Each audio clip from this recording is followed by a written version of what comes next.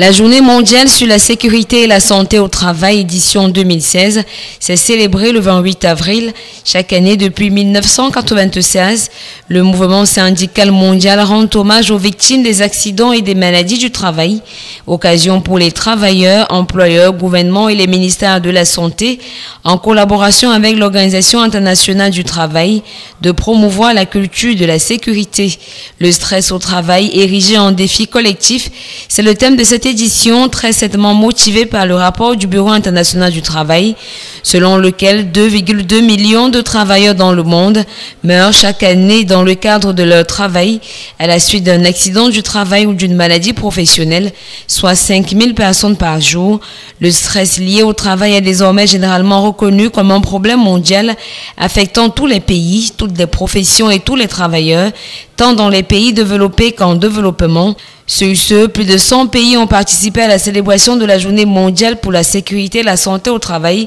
en organisant des manifestations et activités spéciales. Les acteurs de la formation professionnelle sensibilisés sur les nouvelles orientations stratégiques de la formation, c'était au cours d'un atelier tenu ici à Douala le 28 avril et c'est pour mieux ressortir l'importance de ces nouvelles orientations stratégiques de la formation que des experts triés au volet ont offert aux participants des exposés portant notamment sur la formation professionnelle et les secteurs porteurs pourvoyeurs d'emploi ainsi que l'importance du partenariat en formation professionnelle.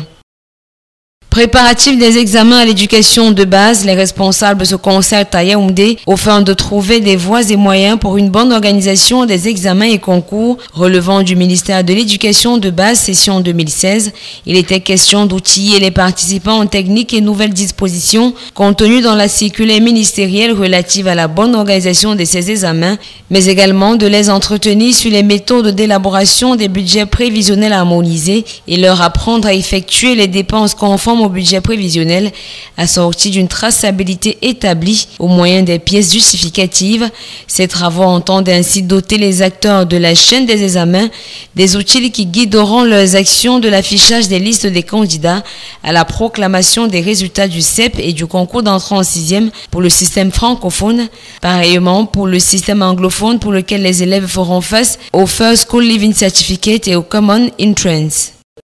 Les citoyens camerounais doivent s'engager à suivre et à tenir responsable le gouvernement sur les performances dans les domaines de la gouvernance démocratique, des droits civils, politiques et économiques. C'est la mission que s'est donnée le projet SOTU tenu à Ngaoundéré, réunissant les leaders d'organisations de la société civile. Il était question de faire la lumière sur les concepts tels le système international et régional de protection des droits de l'homme, la charte africaine ou encore l'enjeu de son internationalisation et de son appropriation dans le contexte camerounais. Pendant 2 jours, les acteurs des droits de l'homme ont également édifié les participants sur le fonctionnement de l'Union africaine et les engagements du Cameroun. En effet, le projet SOTU est un projet de renforcement de la participation des citoyens camerounais à l'élaboration, le suivi et la mise en œuvre des politiques de l'Union africaine, une initiative de l'association NDH, Nouveaux droits de l'homme au Cameroun.